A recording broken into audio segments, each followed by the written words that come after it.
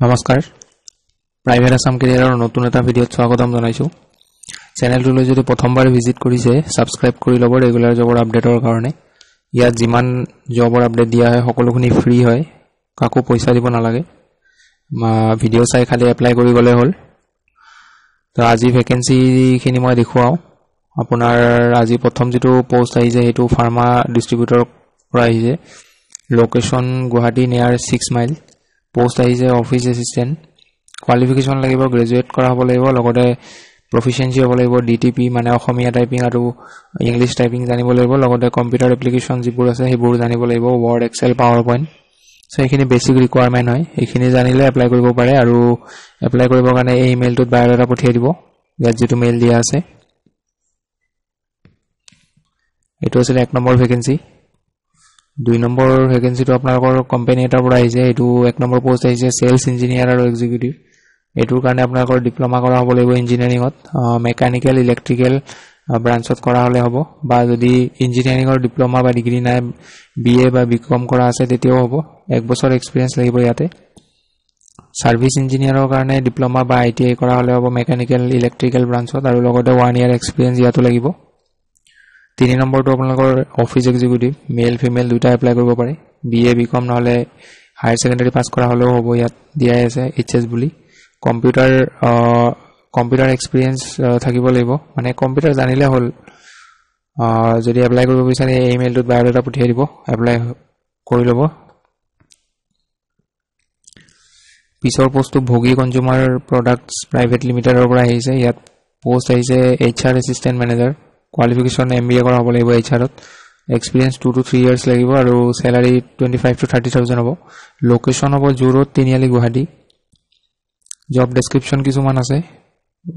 এটো job apply কৰিলে description খিনি পঢ়ি যাব পইণ্ট ওয়াইজ দিয়া আছে এখিনি পঢ়ি যাব কি কি আপোনালোকৰ কাম হ'ব এখিনি দিয়া আছে সো এপ্লাই কৰিব হলে এই মেইলটোত বায়োডাটা পঠিয়াই দিব হাইলাইট কৰা আছে যেটো লাষ্ট ডেট আপোনালোকৰ 2 তাৰিখ হ'ব পিছৰ পোষ্টটো আপোনালোকৰ এটো এটা কোম্পানীৰ পৰা আহিছে ইয়াত 1 নম্বৰ পোষ্ট আহিছে ই টেন্ডাৰ আৰু জেম এক্সিকিউটিভ দুটা পোষ্ট আছে ইয়াতে মেইলৰ কাৰণে হয় এটো 2 নম্বৰটো আহিছে এজন পাৰ্সোনেল সেক্ৰেটাৰী ডাইৰেক্টৰ যিজন থাকিব কোম্পানীৰ তেওঁৰ লগত থাকিব লাগিব ফিমেলৰ পোষ্ট এইটো স্যালাৰি দুটা পোষ্টৰ কাৰণে নেগোশিয়েবল হ'ব ইন্টাৰভিউ টাইমত ডিসকাস কৰি ল'ব কোৱালিফিকেশন গ্ৰেজুৱেট কৰা হ'ব লাগিব লগতে ফ্লুয়েন্সি থাকিব লাগিব হিন্দী ইংলিশ আৰু অসমীয়াত কমিউনিকেশন স্কিল ভাল হ'ব লাগিব familiar with MS office word excel power point জানিব লাগিব আৰু যদি কোনোবা একাউন্টস নলেজ থকা যদি ক্যান্ডিডেটে যায় তেতিয়া হলে তেওঁলোকক এক্সট্ৰাকে এডভান্টেজ দিব মানে তেওঁলোকৰ সিলেকশনৰ চান্সেসটো বেছি থাকিব আৰু ফ্লেক্সিবল হ'ব লাগিব কাম কৰিবৰ কাৰণে সো আপোনালোকে 5 দিনৰ ভিতৰত এপ্লাই কৰিব মানে সময় পাব 5 দিন সময় পাব আজিৰ পৰা সো আপোনালোকে নিজৰ বায়োডাটাখন এইটো মেইলত পঠিয়াই দিব এপ্লাই হৈ যাব ইয়াতে ফোন নম্বৰ দিয়া আছে কোনোবাই জব যদি ভেৰিফাই কৰিব বিচাৰে যে হসাকে জবটো আছে না নাই এই মোবাইল নম্বৰ বিলাকত আপোনালোকে কল কৰি কিনে ভেৰিফাই কৰি ল'ব পাৰে তাৰ পিছত এপ্লাই কৰিব যদি বিচাৰে এটো এড্ৰেছও দিয়া আছে এইটো এড্ৰেছত আপোনালোকৰ অফিস এড্ৰেছ হ'ব বা আপোনালোকৰ যেটো ওয়াৰ্ক লোকেশন হ'ব এইটো হ'ব চাই ল'ব এইটো এড্ৰেছ পিছৰ পোষ্ট আহিছে আপোনালোকৰ নৰোত্তম চাংমাই গুৱাহাটী পোষ্ট আহিছে একাউন্টস এক্সিকিউটিভ ইয়াতে বিকম কৰা হলে হ'ব মিনিমাম কোৱালিফিকেশন বিকম পাস কৰা হলে হ'ব লগতে টেলি নলেজ জানি থাকিব লাগিব ফ্ৰেছাৰ এপ্লাই কৰিব পাৰে ইয়াত দিয়া আছে আৰু এটো ফিমেল ক্যান্ডিডেটক প্ৰিফাৰ কৰিব লৰাও এপ্লাই কৰিব পাৰে মেলও এপ্লাই কৰিব পাৰিব কিন্তু ফিমেলক আগতে প্ৰিফাৰেন্স দিব সো কোনোবা এপ্লাই কৰিব বিচাৰে মেইলত বায়োডাটা পঠিয়াব মোবাইল নম্বৰো দিয়া আছে ইয়াতো আপোনালোকে ফোন কৰি কিনে জব ভেৰিফাই কৰিব পাৰে পিছৰ পোষ্টটো আপোনালোকৰ অটোমোবাইল